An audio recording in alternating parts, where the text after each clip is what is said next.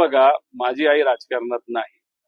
इथं आली, इथला विरोधक पण तिच्या जवळ उभा राहिला तर कदाचित तिला कळणार नाही की तो विरोधक आहे का कोण आहे. अतिशय प्रांजळ मनाची, फक्त सामाजिक क्षेत्रामध्ये काम करणारी अशी माझी आई आहे.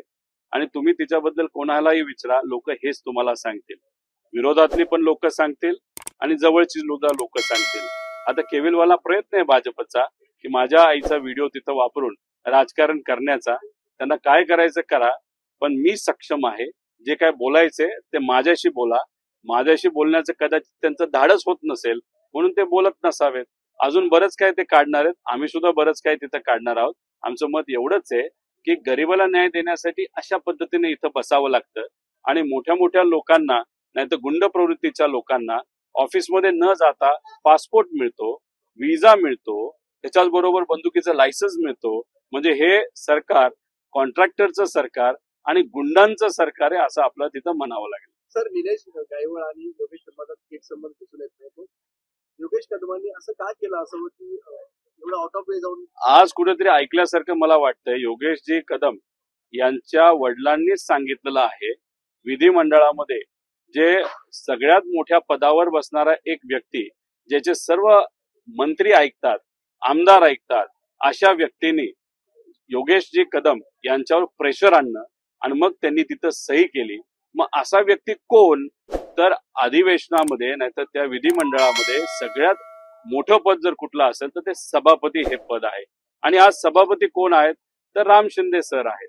मग राम शिंदे सरांबरोबर निलेश गायवळचा संबंध हे जग जाहीर आहे. त्यांचा प्रचार सुद्धा निलेश गायवळनी तिथं केलेला आहे. मग योगेश कदम यांचे वडीलच जर म्हणत असेल की राम शिंदेंनीच प्रेशर केलं, तर मग आता ह्याच्यात इन्व्हेस्टिगेशन करण्याची जरूरत आहे. एअरपोर्ट संदर्भात शेवटचा प्रश्न. एअरपोर्ट संदर्भात दिवा पाटलांसंदर्भातलं नाव जे आहे ते सर्वांचीच आशा अपेक्षा होती की काल सगळ्यांचीच अपेक्षा आहे. इथं असणाऱ्या सर्व लोकांची, भूमिपुत्रांची ही अपेक्षा आहे की हे जे इंटरनॅशनल एअरपोर्ट जे नवी मुंबईमध्ये आता झालेलं आहे, त्याला नाव हे कैलासवासी दिबा पाटलांचंच दिलं गेलं पाहिजे. अशी मागणी आजची नाही, अनेक वर्षांपासूनची मागणी आहे. आता काल आमची सगळ्यांची अपेक्षा होती की गोवा एअरपोर्टचं उद्घाटन होत असताना ज्या पद्धतीने नरेंद्र मोदी साहेबांनी भाषणामध्ये सांगितलं की या एअरपोर्टचं नाव हे आपण पर्रिकर यांच्या नावाली आपण तिथं देऊया, आम्ही त्याचं स्वागतही करतो. मग काल भाषण जे नरेंद्र मोदी साहेबांचं होत होतं नवी मुंबई एअरपोर्टच्या बाबतीत, आमची अपेक्षा एवढीच होती, गोव्यात जे तुम्ही केलं तेच तुम्ही नवी मुंबईत सुद्धा केलं असतं. भाषणात जर सांगितलं असतं की दिबा पाटील साहेबांचं नाव हे या एअरपोर्टला दिलं जाईल तर आम्ही त्याचं स्वागत केलं असतं. पण तसं काही काल दुर्दैवाने घडलं नाही आणि हे लोकांना पटलं नाही, आम्हालाही पटलं नाही. आमची चर्चा, आम्हाला जे काय माहिती असं कळत आहे की कदाचित 100 वर्ष RSS ला झाले म्हणून RSSच्या एका मोठ्या नेत्याचं नाव या एअरपोर्टला दिलं जाईल अशी चर्चा आहे. त्यामुळे आता आपल्याला बघावं लागेल.